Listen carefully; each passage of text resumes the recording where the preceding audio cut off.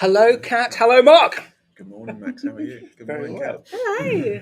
Kat, introduce us as to where we are today. We are in my co-working space in Portsmouth in the Village Hotel. They've very kindly allowed us to use this room for our recording today. Very excited to have you both here. Yep. And Mark, why are we here? So we're here. This is the 40th broadcast of Talking Leaders. 40th. 40th broadcast of Talking Leaders to get a bit of an understanding of Kat, the morning game changer, and all things positive habits. Yeah. And if it's okay, we normally do this at the end, but why is it really important that we got Kat on today in the respect of what you've got coming up in the new year? Kat has kindly accepted the offer to be one of our keynote speakers and our opening headline at the AHDB Forum in 25, live in London. And we were just telling Kat in our green room before we started the AHDB program, in my opinion, because I've been very blessed to have attended 3 or 4 of them. They do make, and Kat, you're going to really love it, they do make such a fundamental change to the people there, that they've got the appetite to change, get very excited about going, and you can just see that excitement when they go. Would I be right, Mark? Yeah, no, definitely. We're trying to get our farmers to better lead themselves, lead their people, and lead their business, and learn from fantastic people like Kat. Yeah, and Kat, we'll let you talk in a minute. Oh, thanks. I look forward to that. We're in this meeting room that we're in Portsmouth. I just wanted you to put down one thing on this whiteboard, and I was having a look at Kat's website last night, and we'll put it on the tags. Very impressive website, clear, crisp, to the point. Thank you. Tells you what you need to know. And I asked you to put one thing on the whiteboard, and you've put one small habit changes your day. Explain. Well, I think that's what we're going to spend this whole conversation talking about. I am a big believer in making that very small shift. And I think one of the challenges facing us in the world today is that everything is so fast. Everything feels very busy. I think a lot of us are running around on autopilot. We're more connected than we've ever been before. There's more information. And so sometimes I think we make things harder for ourselves because we think that change has to be difficult, it has to be sometimes expensive, it has to be long. And actually, I really can't wait to talk at the forum and show people how it's actually just one very, very small change that is actually needed. Fantastic. And what gives you the knowledge, the experience to be able to tell us, the AHDB Leader community, about this change? What's your background, please? Well, I guess I'm just one human being to another that has had life experience of losing pretty much everything to a lot of unhealthy and toxic habits. And having rebuilt my life with one small positive habit change, I feel like that gives me a platform to share with other people. And to be perfectly honest, I think there's a lot of suffering going on in the world. Mm-hmm. I think a lot of people are suffering mentally from their own habits. But like I said before, because we're running so fast, it's hard to even realize what the impact of it is. For example, one of my old favorite habits was snoozing. And I used to love snoozing. But I used to snooze 4 to 6 times every single morning. And I have since met people who snooze 9 times. So I realized I wasn't as bad as I thought I was. But what I've realized about snoozing was that it was actually one of the most toxic habits, and that it actually makes you more stressed and more tired. But in the moment, it actually feels really good. You feel like you're giving yourself, when you're snuggling under your duvet, you're giving yourself something extra. And actually, for me, that was one of the greatest habits that led to me almost having a heart attack. Good grief. Go on, talk us through that. So I suppose the short story is that in 2016, I was living my best life. I had a great life, having grown up in the countryside. So farming feels quite close to my heart. I was leading this very busy life. I was traveling with my job. I was planning my wedding. I had great friends and family. I was buying my first home in Bath in the West Country. And without any warning, I just lost everything almost overnight, and including my life. And I remember waking up one morning and I couldn't feel anything in my body, like had no feeling at all. And I went to the doctor and he said to me, you were about 2 weeks away from a heart attack. And it was I look back now and I realise that this was the compound effect of years of unhealthy and toxic habits. But at the time, I wanted to blame my company for making me work really hard. I wanted to blame, my partner at the time, my friends and family. And actually, this is the hard pill to swallow, that we have to take responsibility for our own lives. And at the time, I wasn't ready to do that. And it's taken me some time, obviously, to even share this story. But it was a combination of lots of small choices that I was making every single day. The second habit that I used to do every single morning, which no longer features in my life in the morning, was picking up this. And every single morning I would start with loading my brain with all of this information, work stuff, thinking about, the deadlines, looking at social media. And often that was done with one eye shut. Wow. And I look back now and I think, have you ever looked at your phone first thing in the morning? Yeah. And you've got one eye shut? Because your brain, I don't think it's your way of your brain saying you're not ready for that information. Yeah. And that's a big worry in the modern society now. I've got young children, and that device is an important part of their lives. It is. The connection at all our times of the day is not good. And Kat, does that come back to this key quote? Looking over your left shoulder, one small habit changes your day.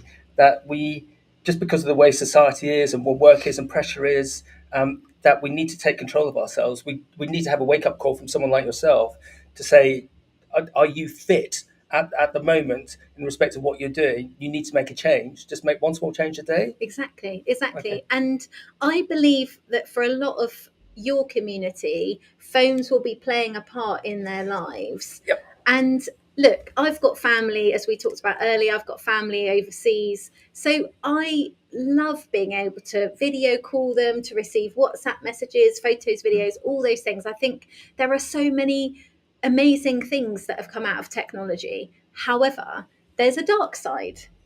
And when we look at the Mental State of the World report 2023, where the UK scores second lowest out of 71 countries, and you look at the top contributing factors, the smartphone is there. Yeah. But bizarrely, in retort, the year 2000, the Farmers Weekly, which is the major publication in our sector, prints out 46,000 copies every week and has a huge following online. In the year 2000, they asked the farming population, the farming readership, what's the greatest invention in farming in the last 100 years? Everyone was expecting it to be the combine, the tractor. They all said this, the mobile phone, and that was in the year 2000. It's always it's coming to eat us if we're not careful mentally, if we don't do something about it, compounded by everything else. Pressure, climate change, everything that's going on in politics. Yeah. If you think, I love asking this question in when I do talks.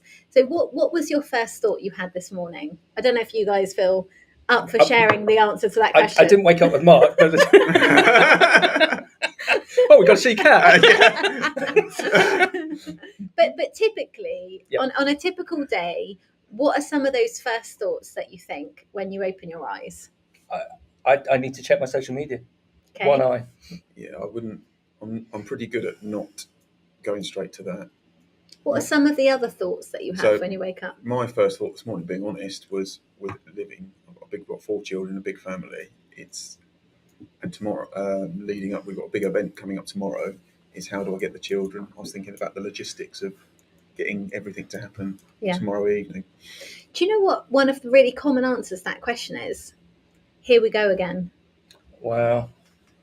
And the brain loves to think negatively. It's its job. We have so many thoughts every day, and often the first thoughts, if we're honest with ourselves, the first thoughts we think in the morning are, I've got to do this. I haven't done that yet. Let me quickly check this. I've got to make sure that's done. Oh God, I've got to do that. Oh, that's happening. And it's generally we're not thinking positively. So all of those thoughts are then shaping our day. And that's why, this making one small change can completely change your day. But I always say to people, don't believe me. Like, why should somebody believe, this random girl from Portsmouth? Like, why should you believe me? And you shouldn't. I don't think people should take things in face value. I want people to experience it themselves. So at the conference, I'm going to not only be talking about this, but I'm going to invite people to make a change. Because when you experience this for yourself, when you make this small shift, whether it's to do with your phone, whether it's, moving more, whether it's reading, whatever it is, and it's got to be personal for you, that is where you start to see for yourself how this can completely transform. And it's like this ripple effect. That's why I love it so much. It's not just that you're going to feel a little bit better. It's that it could make your relationship with your partner better. It might make you a better parent. It will mean that you've got lots more energy, so you get more done at work. It's incredible. It just has this incredible effect. So I need analogies because I'm just a silly man, but the bit I get about you wake up and it's like, here we go again. It's almost like you're a stick in a river and you're just going with the flow of the river. You're just going with the flow of life. And what you're inferring is you can actually control the direction of where you're going. Absolutely. Think about it in businesses. Think about it if you're running your own business or you're part of something bigger. Most organizations will have a strategy. They'll have a plan. In farming, it will be no different. We need to, have these crops ready. We need to do this. This is the time of year for this. So we have these plans, we have goals. But for some reason, when it comes to our lives, we don't think about direction. Life just kind of happens to some of us. And we forget that we are in control of so much. And for me, one of my talks is called the wake up call, because this was the greatest wake up call of my life. Because on paper, I looked really successful and happy. And underneath it all, it was all falling apart. And I think one of the greatest things that I learn from people is that we are taking a lot of things for granted. Our body and our brain, the two most precious things, and we essentially abuse them. We don't look after them. And do you remember when you met the love of your life? Hopefully that's the person you're currently in a relationship with. Mark. Sorry, Mark. But remember when because I have to be careful when I say this, because not all people are not necessarily in relationships. But remember falling in love and chasing that person, and you couldn't wait to see them. You couldn't wait to spend time with them. And then you married them, and then maybe you had children with them. And now you give the worst of yourself to the people you love the most. And now I can't imagine life how it used to be, which was, putting everyone else first and giving the people you love the most the worst of yourself. And it seems really radical to turn this idea upside down. But I have people who, after listening to this talk, go and start getting up earlier and spending time with their family before their day starts. It's not possible for everybody. I understand that. But it's about making those choices that you become more conscious, because I don't believe you just wake up and get divorced. No. That's happening over a long period of time. And when I meet people, I met a guy the other day, and this is really common, and we were chatting about phones and habits, and he said, "Oh, Kat, my wife, she's always watching cat videos on TikTok, and I hate it because she sat next to me. We've both been to work all day. We're trying to watch something on TV, and all I can hear is her laughing from these videos." And it made me feel a bit sad, because I thought he's tried to communicate with her that he actually just wants her attention. And that doesn't matter whether that's, a partner, a friend, a family member, kids. What we want as human beings is we want attention, and we want to feel connected. And unfortunately, the smartphone is almost a signal that you are not that important. And you could be in a room with people that you love, communicating with absolute strangers. And for me, that has been a really big wake-up call. And I don't ever want to be somebody like I used to be, that would be in the company of people I loved, but actually be somewhere else. There's a very good guy online who says about the lights of the phone. It's just that example of you're more interested in your phone than me. That when and we've all had it, I'm sure, that when you go for a meal with a friend, and they put the phone there, and you're talking to them because you haven't seen them for 2, 3, 4 weeks, and then it flashes, and they're talking to you, and they go like nice picture. That's a lovely dog. Yeah, I know. Sorry. She's beautiful. But again, it's just out of curiosity, who gets this, that we need to change more so, ladies or men? Who's more open Receptive. to that? Thank you, receptive to that change. Initially, honestly, I would have said women. I would have said that women were more open to this. And actually, I started to get contacted by more male dominated industries. So, construction, manufacturing, and obviously now agriculture as well. And I had a fear, I had a self limiting belief that I wouldn't, my knowledge, my experience, my stories, I guess, my own experience with this wouldn't translate to men or male dominated industries. And I've been proven wrong time and time again. And actually, I've delivered this to lots of different industries, even different countries. And I'll never forget this one guy. I delivered it to a manufacturing plant in Germany. And this, after 2 days of being there, and I ran a few different talks with different groups, and he came up to me, and I can speak a bit of German, it's a bit rusty these days, but he came up to me in German and he shook my hand.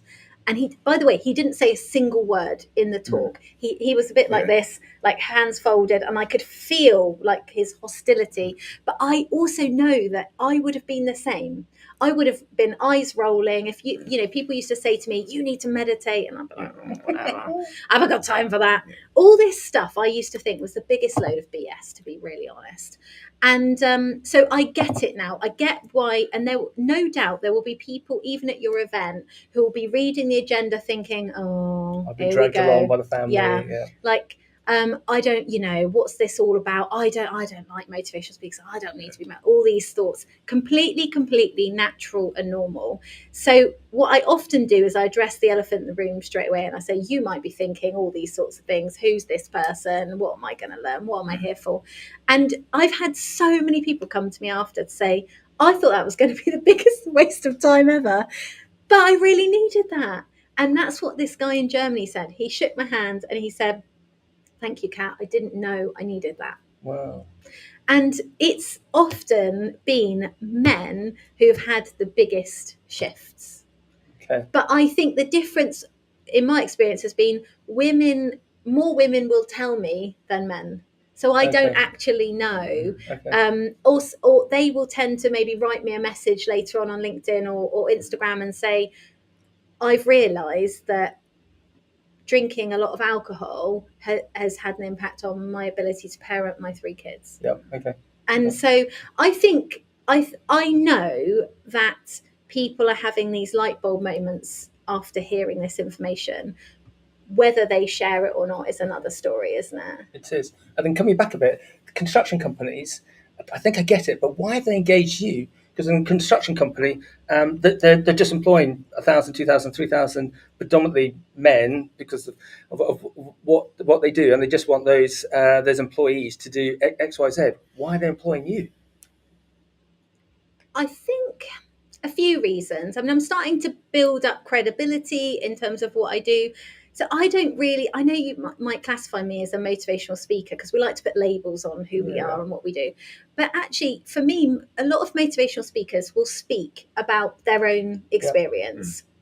I remember watching this brilliant talk from this woman who had a horse riding accident. She broke her back, and she actually, in the talk, she showed videos of her and how she essentially has to crawl around her house and pick up her baby and, you know, do all those things that we take for granted. But the difference for me was that when I've listened to someone like that, I have not changed anything in my life. I've just gone, you know, oh, that was great, that was inspiring. Wow, how does she fly planes and things like that? But actually, it didn't actually make me want to change anything in my life.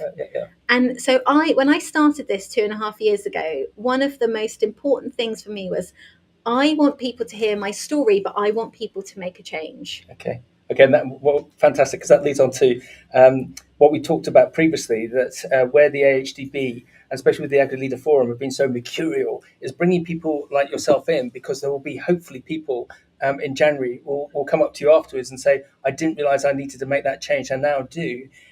Can they make that change with their own teams? So most of the people going there will be employing anywhere between half a dozen to a dozen, two dozen people. people. if they have that light bulb moment with yourself, looking over your shoulder, one small habit changes your day. It's always been shown by Cranfield. I feel like I say this every time with Mark, that if you can look after your team, the more training development that you can do with your team, whatever that phrase particularly encompasses, you see better profitability, better turnover, better staff retention. So going to Agri Leader Forum, hearing you coming back, do you think that will resonate? And will you be able to give them the tools so that they can, what's the expression, teach the teacher, so that they can go to their team on a Monday morning and go, I met this amazing lady called Kat. We're just going to have a longer session this morning because I just want to talk to you, because one small habit is going to change our days. Do you think, do you see that in construction? Do you see that in some of the other sectors? Do you think we might see that as well on the back of the Agri Leader Forum? I'm very confident you will see that. And I think for a couple of reasons, because the talk that I deliver is designed on purpose to do two things. One is to get people thinking differently. So I use an interactive tool, and what's great about it is it's anonymous, but it's really asking, again, I think with typical motivational speakers, it's all about me as the speaker. But this talk is all about you as the person who's working in this industry, you as the farmer, you as the leader. And a lady, actually, I delivered a keynote yesterday, and she said to me, it felt like you were talking to me, but this was a room of 70 people. So I'm not talking to her, I'm talking to 70 people, but I am talking to her, and I'm talking to that person because I'm asking each person to think about themselves. So I will ask, after I've shared my own habits and my own experience, I will ask each person in that room to share what habits are impacting them. And then it's great because on the screen we see this live feedback of what people are sharing. And what it does is it builds this incredible feeling of I'm not alone. It's not just me that's struggling with these things. So that's the first thing. We get people thinking differently. We raise their awareness because, again, I think a lot of people know this. So I meet people regularly who say, yeah, I don't sleep well. How long's that been going on? About 3 years. What have you done about it? Nothing. And to be honest, if it hadn't come to the point where I lost everything, I'm not sure I would have done anything about it. And I would never want anybody to get to that point. And I met somebody in one of these sessions who said to me that he'd had 2 double heart bypasses, and that had meant that he changed everything, every single habit pretty much.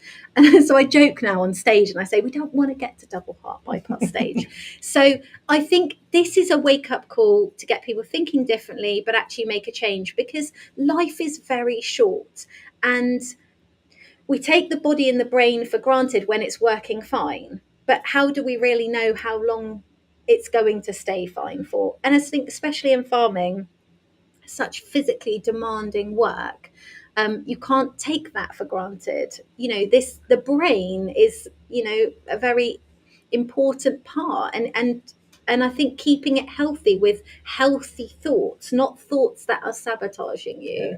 So I will invite everybody to make a change. I give everybody a 21-day tracker, a tool.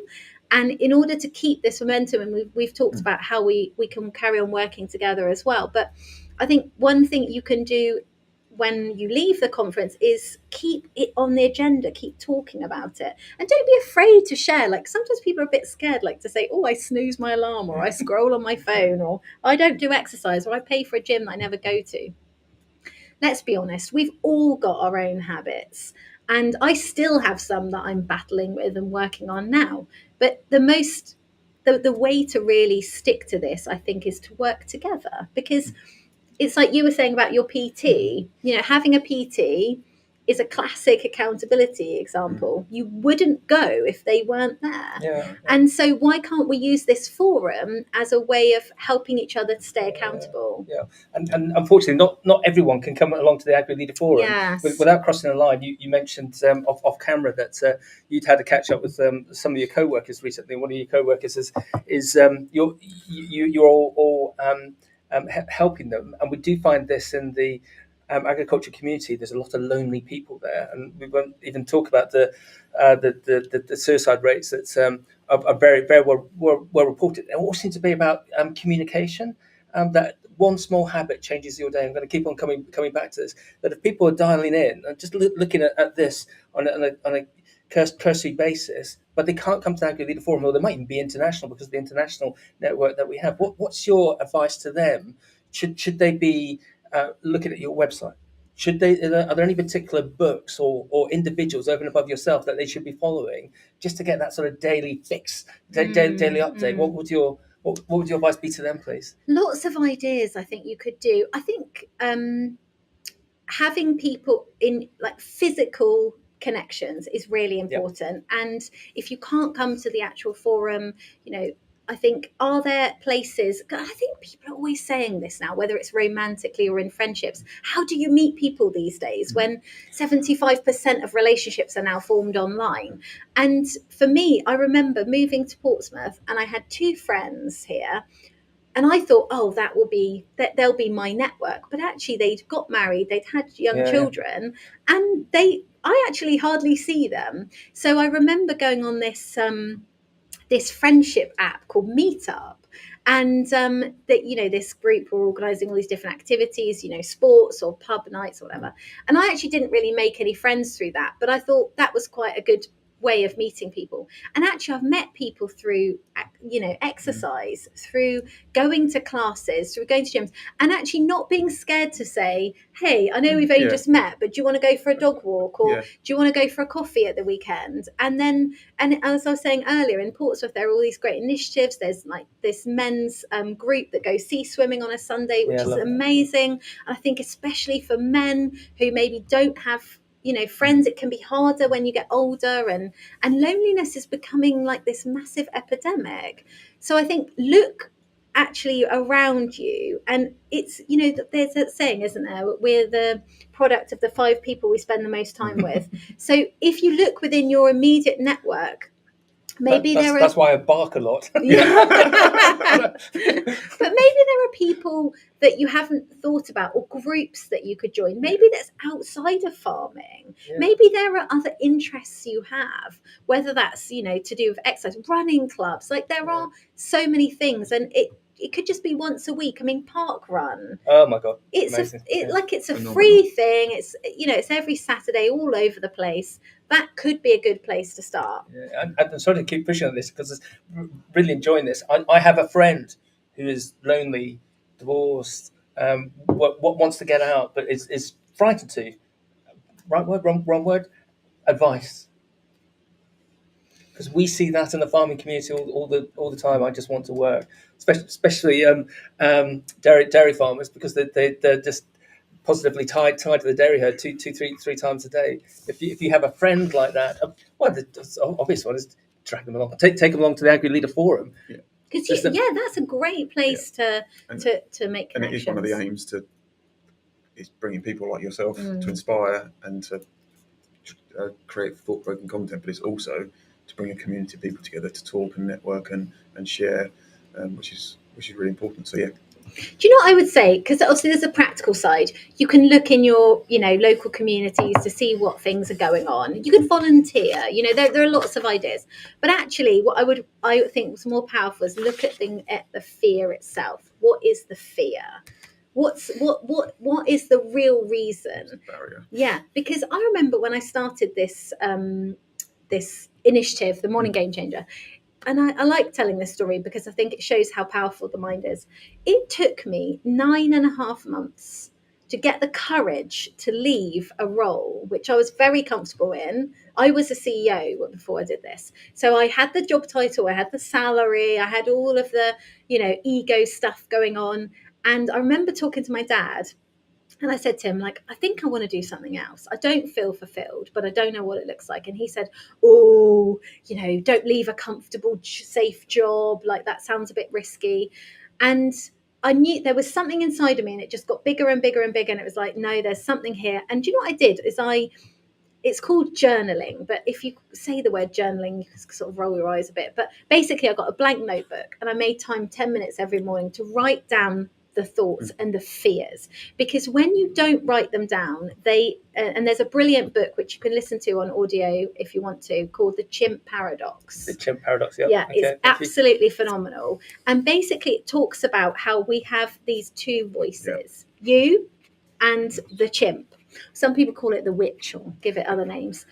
So the thoughts that were going through my mind were, well, no one's gonna be interested in listening to you. No one's gonna pay you to do this.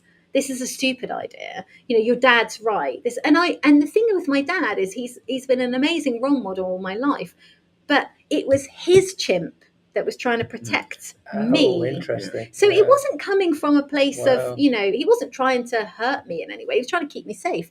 And that's the chimp's job. It's trying to keep you safe, but it's knowing when it's harming you. Mm-hmm. And look, I wouldn't be sat here with you now. So my chimp is asking, has it worked for you?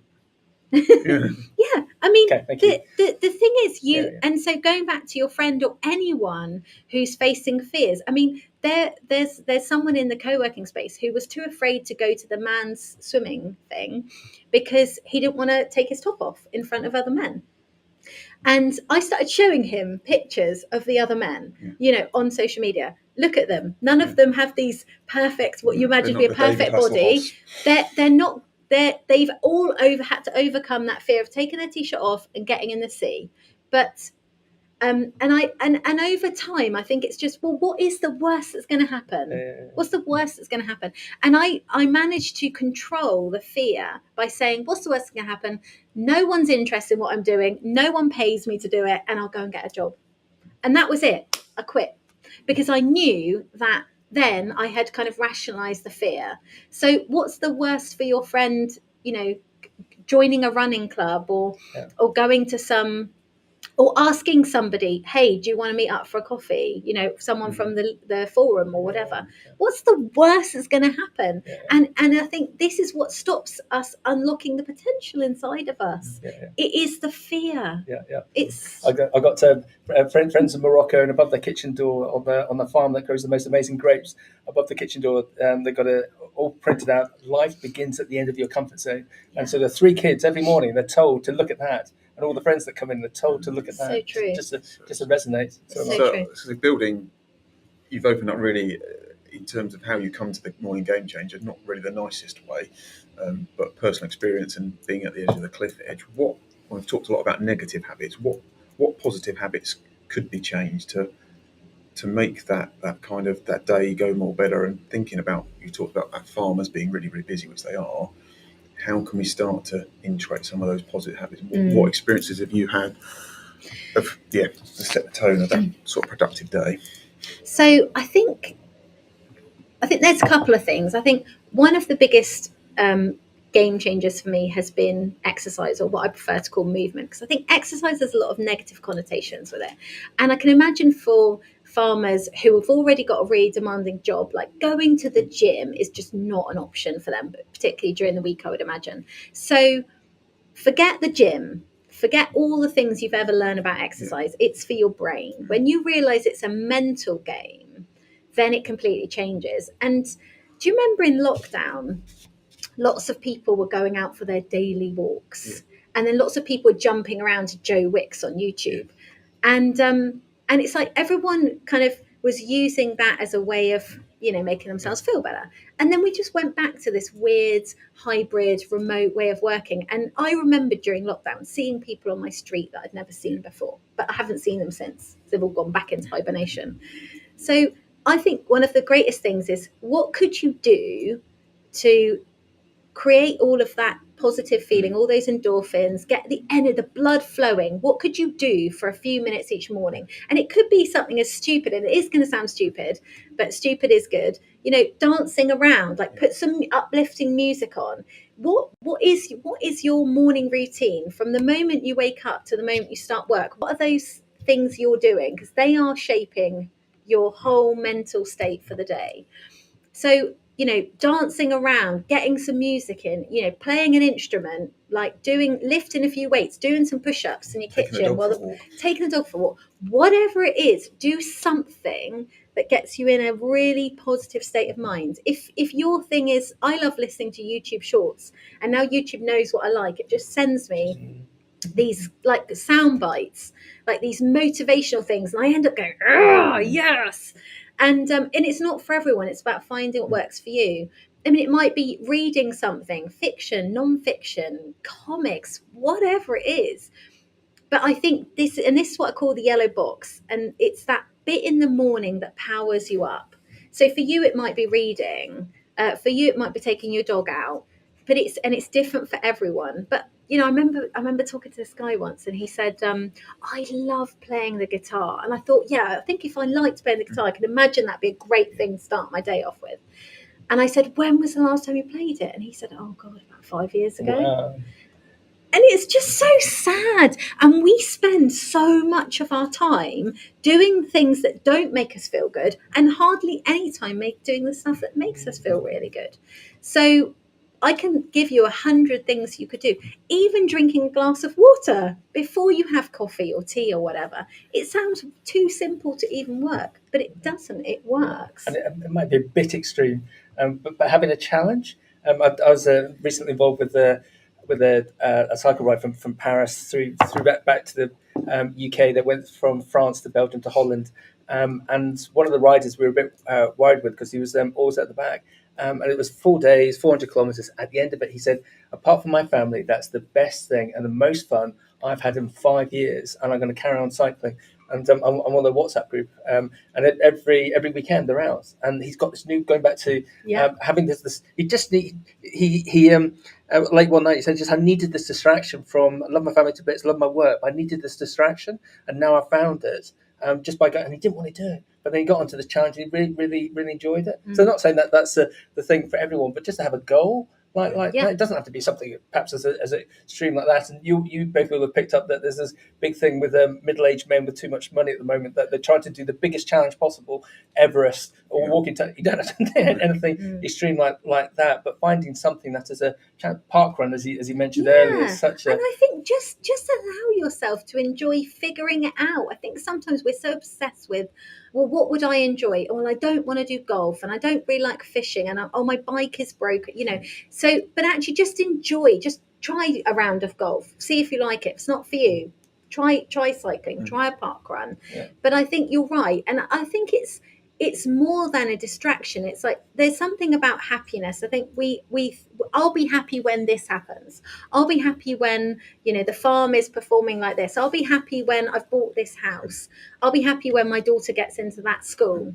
That's not true. When we get those things, we're looking for the next thing and the next thing. And actually, I think happiness is the journey. It's the life. And you're right. Having challenges is a great way. And actually, I really talk a lot about 10-minute runs, and I get a lot of fun made out of me for running for 10 minutes. And especially from hotel receptionists, would you believe? Who, because I travel all over now. I travel abroad a lot, and I've realised that sticking to habits is, there's few things you need to take into consideration. If I've got my trainers and I can, see a route, I just go, and I don't have to worry about the gym or any. 10 minutes, it gives me the biggest energy boost for the day. But what's interesting is how most of our societal beliefs around exercise, and the hotel receptionists have got this ingrained in them, as do most people. So when you stay in a hotel and you get a really massive key, and it's like, so you never lose it. So you have to give them the key, and then I go running and I come back. And I never say to them, I'm going for a short run, because what's short? It's a run. I come back after 10 minutes. I ask for my room key back.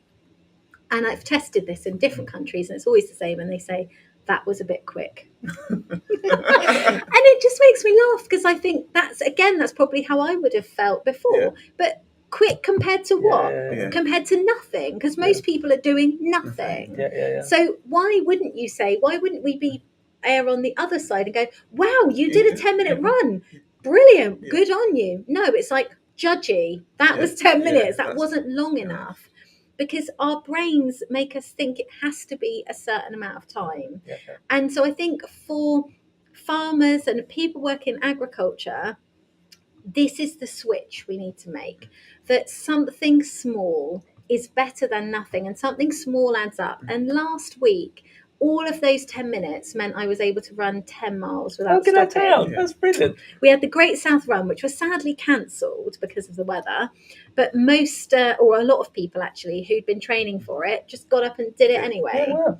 So when people, I tell this story because it's not about running. It's about that you have to overcome the thought of a few minutes of something is not going to make a difference. Well, I've just proven to you that I started off not even able to run from here to the end of this room without, nearly dying. And now I can run 10 miles. Wow. And that's because of lots and lots and lots and lots of consistent 10-minute runs. Wow. So that's the kind of evidence that our brain's searching for, I think, that actually it isn't the big stuff that matters. And what if we've gone too far?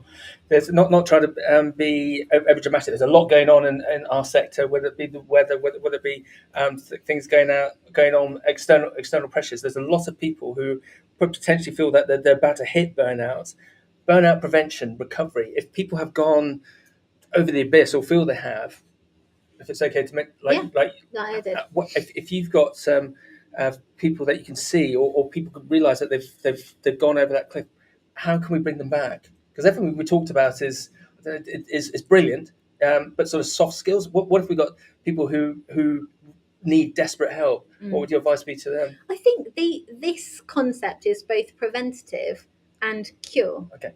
So I think wherever you're at in your stage of life, I think this is really important information to take really seriously.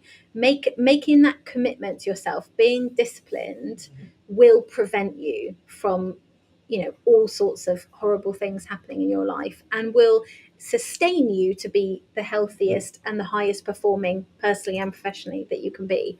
But if you're already on the dark side and struggling, then I would say, again, just take something that's really achievable. And probably I would say start with sleep, because sleep is something, I think, because of our lifestyles now, especially connected to phones. I mean, they did a study, and I think they asked 300,000 people from 30 countries to tell the truth. And they asked them whether they were looking at their phones within the first 15 minutes of opening their eyes. And 80% said they were. So let's assume that's probably a lot higher. If you're looking at your phone in the morning, there's a pretty good chance you're looking at it at night as well. And I would then guess even You're more. a mind reader, aren't you? Only because I used to do it, and I think this is the way the world's going, and because we're using it as an alarm, so there's that temptation. So I would start with sleep, because when you know the difference, when you've had an awful night's sleep, your brain starts to go off on its own tangent, starts to think crazy things that aren't even true, and it's often because you're sleep deprived. So it's really boring, but really powerful. And that's going to bed and waking up at the same time as best as you can, and not falling into this doom scrolling pitfall. It's like Control-Alt-Delete. When you read for a few minutes before you go to sleep, or you listen to something calming, I almost can feel my heart rate, like my heart sort of slowing down, and I'm like, I feel like I sound like a massive hippie saying this, but like it's just the way it is. It's hard to explain, but you're just then feeling in your body, you're actually there, because when you're talking and listening and like looking at content, you're distracted.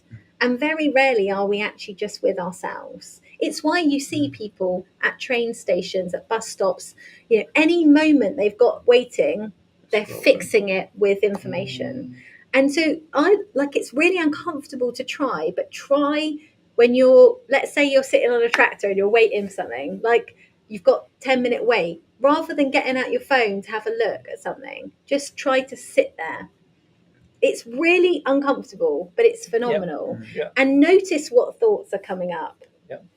And so I would say look at sleep as a starting point. And if you're sleeping really well and you don't think that's an issue for you, then look at, okay, what are those things I'm doing in the morning? Because that's, your brain is at its most active just before you go to bed and when you wake up. So what kind of information are you putting in your brain when you first wake up? Because that is really powerful. Are you putting in stuff that makes you feel really good, or doing the opposite? Mark, you've been around the block a few times, but burnout prevention. In the nicest possible way. Burnout prevention. and recovery. What advice would you give everyone? I think, well, thankfully, I don't think I've ever been at that stage, but it's that accountability and that consistency piece of doing something. And admittedly, I started running, and I'm a keen runner now on a weekly basis, but it's committing to doing it with someone else and being around other people that are in a similar scenario. And for me, I find it very difficult to run on my own, even with a group of people, because I've said, Max, we'll meet at 6 o'clock tomorrow morning, we're going to do a 5K, or we're going to run for half an hour, or whatever the time may be, and then the reward is a coffee afterwards.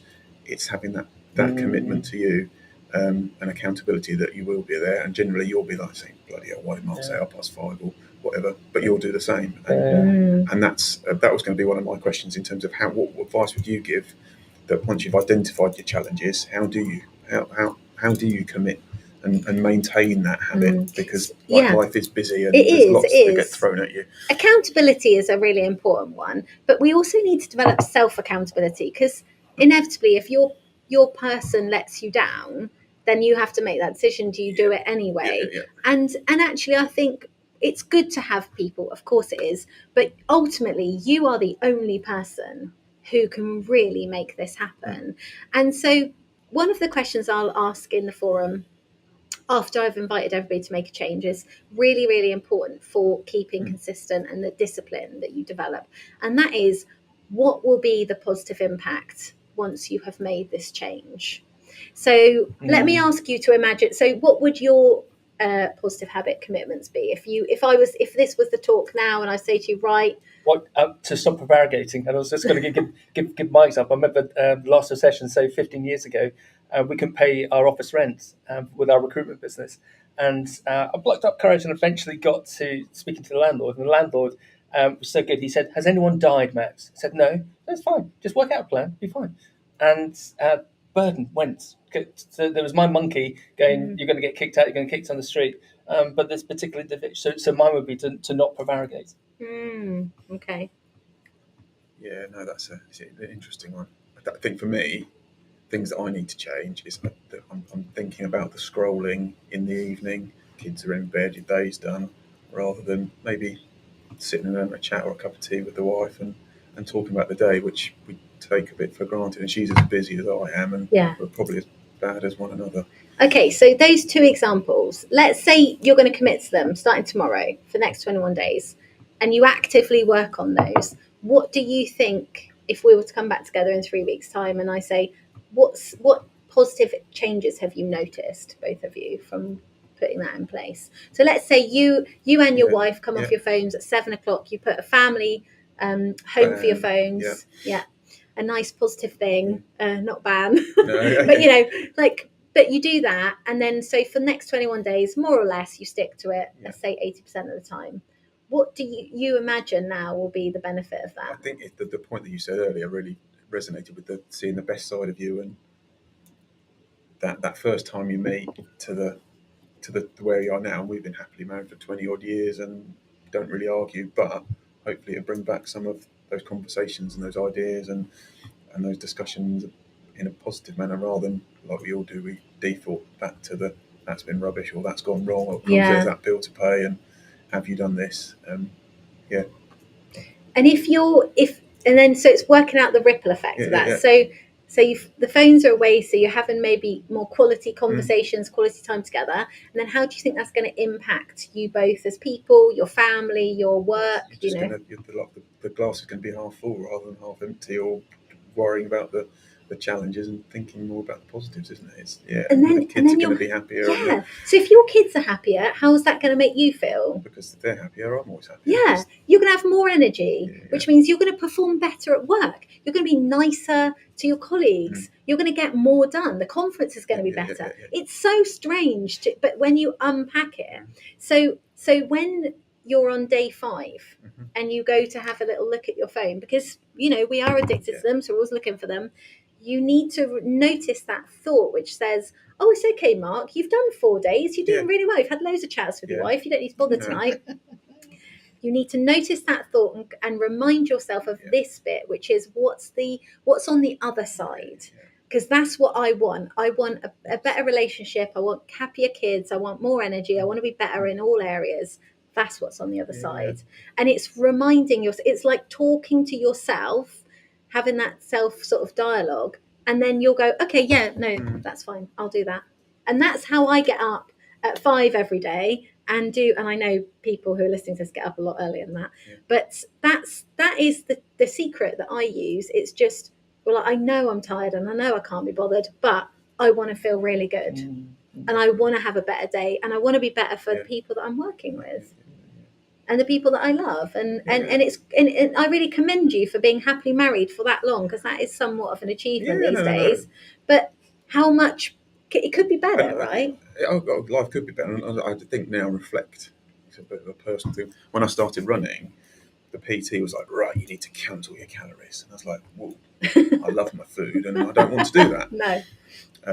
But we started to manage portion size, and the one little rule I set myself is I won't eat after 7:30 in the evening. And thinking about what you're saying, that was a really easy, one little thing, like just don't eat anything after 7:30 in the evening, like going to bed without your phone. And that has the massive knock-on in terms of I'm not doing the big bit and counting calories and thou must not eat that. There we go. One small habit changes your life. It's just the answers are staring you in the face. You just need to actively step over the line. I know, and I think sometimes we just want to go, oh, I don't want to face any of this. No. But that's, I think it's coming back to, look, life is crazy. There's a lot of things going on around the world. There's a lot of changes all the time. There's a lot of pressure. So what can we do? Let's just focus on something really, really simple that we can change. And let's do it, because life is so short, and actually there's so much great stuff to be experienced, but we don't want it to be here we go again. What we put on this earth for here we go again. It's not good enough. Floating down the stream with no direction. No. So what do you think if you were to stick to your habit? And that's the end of the broadcast. We'd like to thank you very much. Here's the accountability. Don't worry about me. Mark did a good job. So for verification, if I could say the word for me, I've got lots of little things I'm working on, but I keep on filling it in with stuff that comes on an email. I've got to do this project. If I could concentrate on that, I think is it the great Warren Buffett.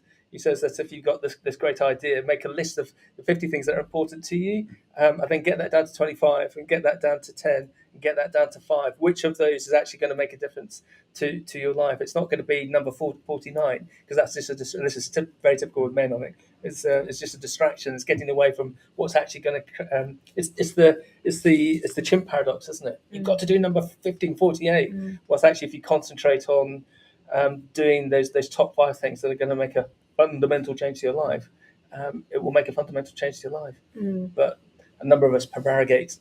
We do. We're very good at that. And I remember reading some years ago about eating your frog.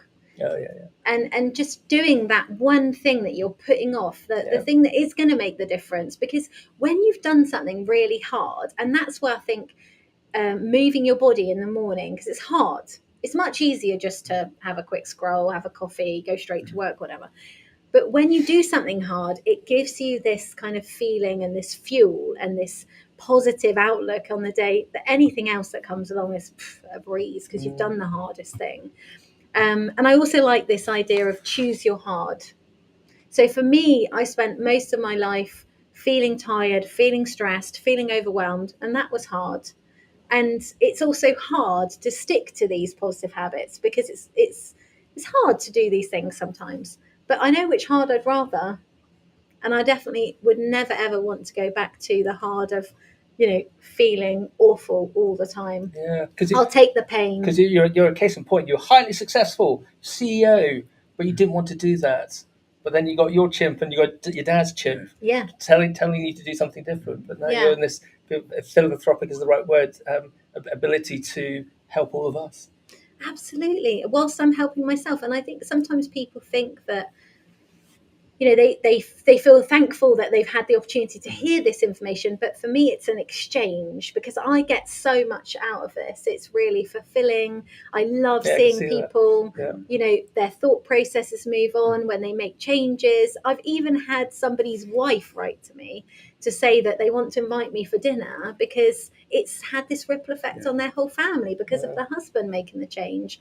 So, you know, I'm open to dinners, whatever. Please feel free to invite me around to cook. But in all seriousness, I think that the state of the mental health in the UK and beyond is at an all-time low. Yeah. And there are lots of great interventions, but one thing you can do today is take back a little bit of control yourself. Yeah. With one small habit. Wrap up for us. Yeah, no, well, thank you, Kat. What a roller coaster we've been on, but I think a topic and an area is massively important. But the thing for me, it's that small marginal gains. We're not asking you to go and run 4 marathons in the next 4 weeks. It's about making incremental change that's achievable, that will make those positive habits. And I'm really, really looking forward to listening to your session in January. I'm at the AgriLeader Forum, kindly hosted by NatWest, 28th, 29th of February. The link below if you haven't registered your place. So yeah, looking forward to hearing some more positive stories. Wait. Yeah, I'm really excited. And Kat, just to wrap up, what's your favourite colour of tractor? Yellow. Oh! Right, after 3, I'll say that. 1, 2, 3. One small habit changes your day. Well done, everyone. See you soon.